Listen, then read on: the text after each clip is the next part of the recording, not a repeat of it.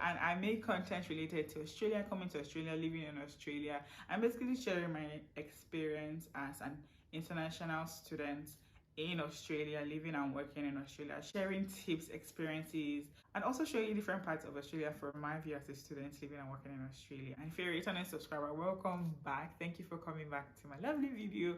And today we're going to be talking about food. But before we start, have you subscribed yet? Have you told somebody about this channel? Have you subscribed? Have you clicked on the notification bell? Do you know when I post a new video?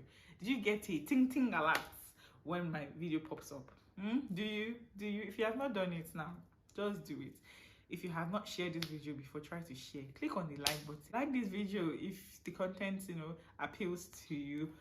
Click on the notification bell so you can get notified when I post a new video. Share, subscribe if you haven't already subscribed. We have good content, we have interesting content. It'll be nice to have a beautiful community and hit that 1,000 subscriber mark. So yeah, moving forward, this topic is dear to my heart, it's in my chest. So I'm doing an updated what's in my box video, and honestly,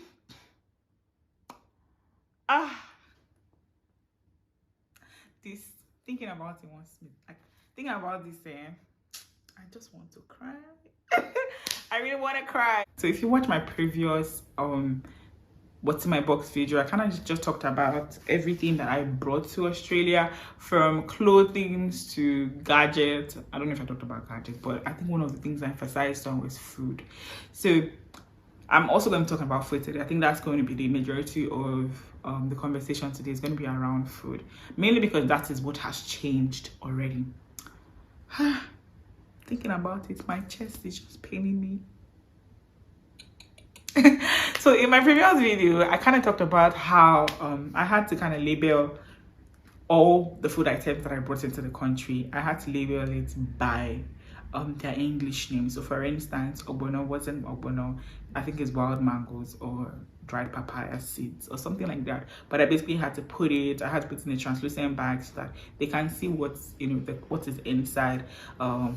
Same thing with my egusi. I had to put dried melon seeds and things like that, just so that they know what's inside. I did this process the last time and it worked for me, hence why I did the video. And then coming into the country now, I think it's pretty obvious that I went to Nigeria. And coming back, I bought more food than I carried, the last time, because then I didn't want to push it. So, but this time around, I carried a lot of food. The last food I carried lasted me for a year. Believe it or not, all the spices I had lasted me for a year.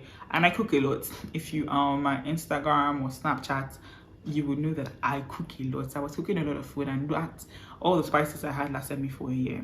Some things finished earlier, but majority of it lasted me for a year. Like my egusi and my ogbono, they lasted me for a year.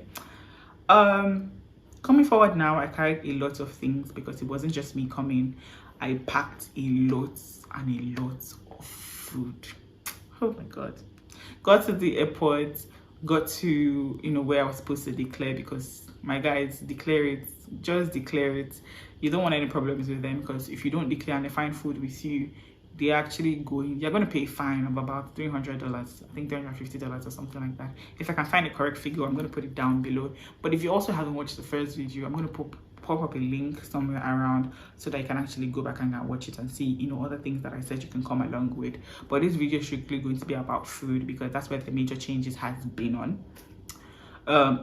Like I said, I had a ton of food. I had gari, I had tatache, which is grounded pepper. I had black Cameroon pepper.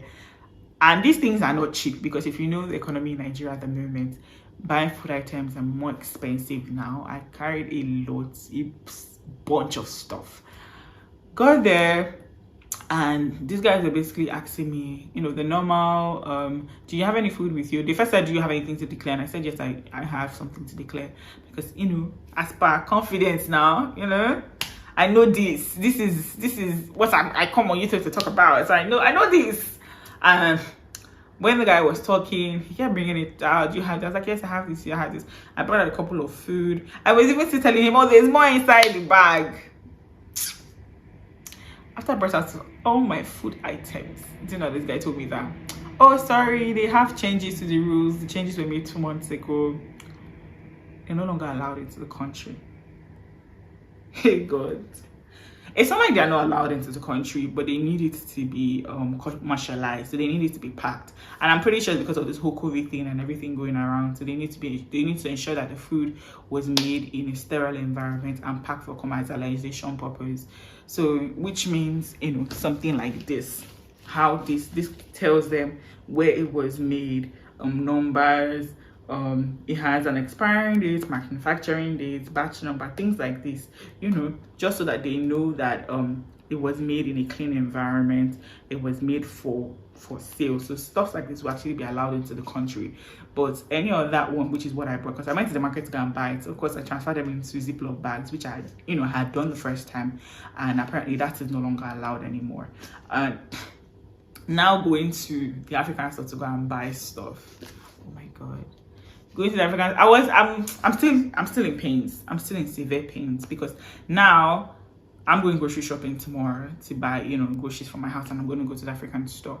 And I wouldn't even need to go to the African store if my stuffs were still with me, because now I'm going to spend a lot of money in the African store.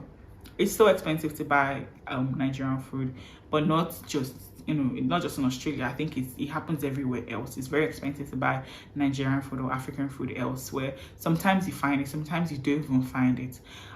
It's very difficult. It's very difficult. It's very annoying, and I was really hurt. I think for the duration of my trip, I was, you know, super excited to be coming back. And when I got to Australia and they did that with my food, I was so heartbroken. I was so pained.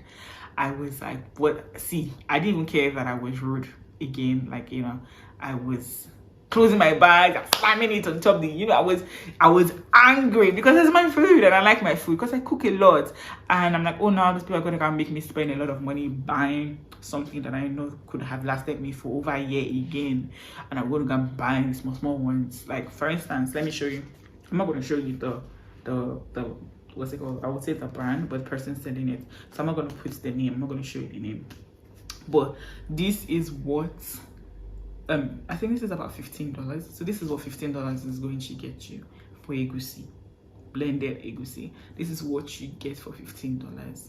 And now I think that the pack has even increased because now, before they had a smaller one that was $10 and now it has increased. So of course they increased the pack. I don't even know what size this is, honestly. I don't know the size, but this is $15. Let me show you the crayfish.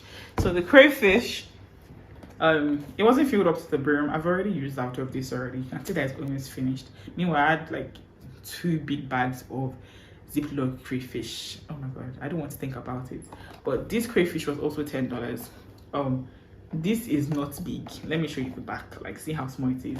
It is not big at all. It wasn't filled up to the brim. It was barely, you know, above half, and they sold this for $10. Please, how many things do I want to cook with this? I'm very generous with my cooking, meaning that I'm going to pour a lot of crayfish, pour a lot of egusi, pour a lot of, you know, pepper, you know, things like that. And I kind of have to buy this for $10 now. Heartbroken, but what are we going to do? I have to eat my egusi soup and okras, and I need crayfish, so I'm going to buy it. But it broke my heart that, you know, they changed that aspect. So one thing I would say before traveling is that you should check the website, check the email.gov.au. So that's the Home Affairs website on what to bring into the country, what is accepted. Because as I was told by the person assessing me, he said that it was changed 2 months ago, and that I should have gone to the website to actually check to see what is allowed into the country now, and that every new update is updated there. So before you come, if you're not pretty sure, go back and go and check the website so that you can be sure on what to bring into the country. So I hope you've been able to get quite an amount of information on this. Don't be like me, you know, money is not easy to come by. Don't waste your money if you cannot come with the commercialized ones. Yeah, I was very heartbroken because it felt like my money was being thrown into the bin. So yeah, but anyhow, thank you for staying to the end of this video. If you like this content, please let me know in the comment section. Do not forget to like, do not forget to subscribe, do not forget to click on the notification bell while you're down there to get notified when I post a new video. Thank you. See you in my next one. Bye.